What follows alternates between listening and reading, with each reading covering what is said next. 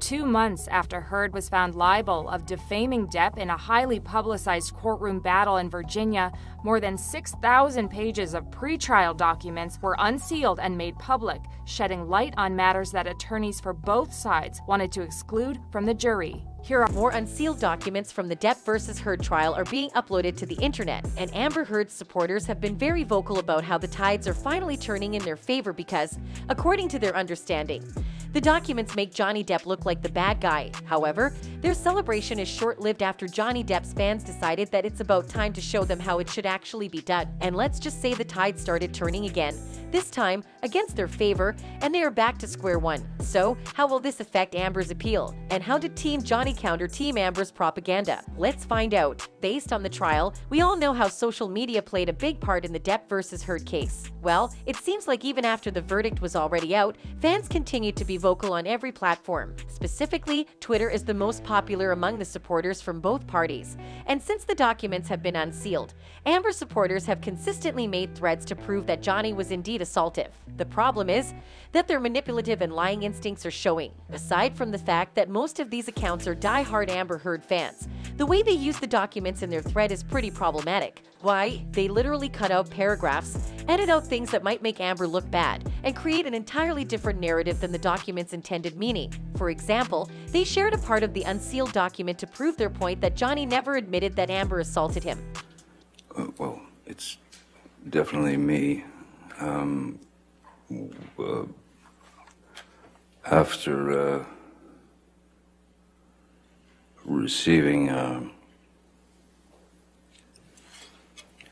kind of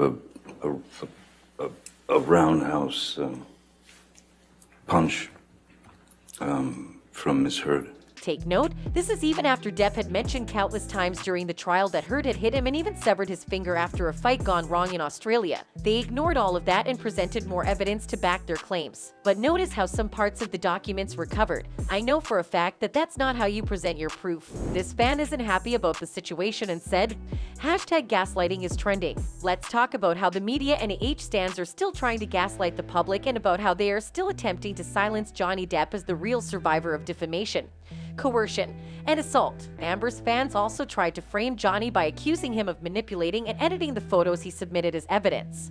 I would say there were dozens of different versions with different chromatic values, different file sizes, different physical sizes.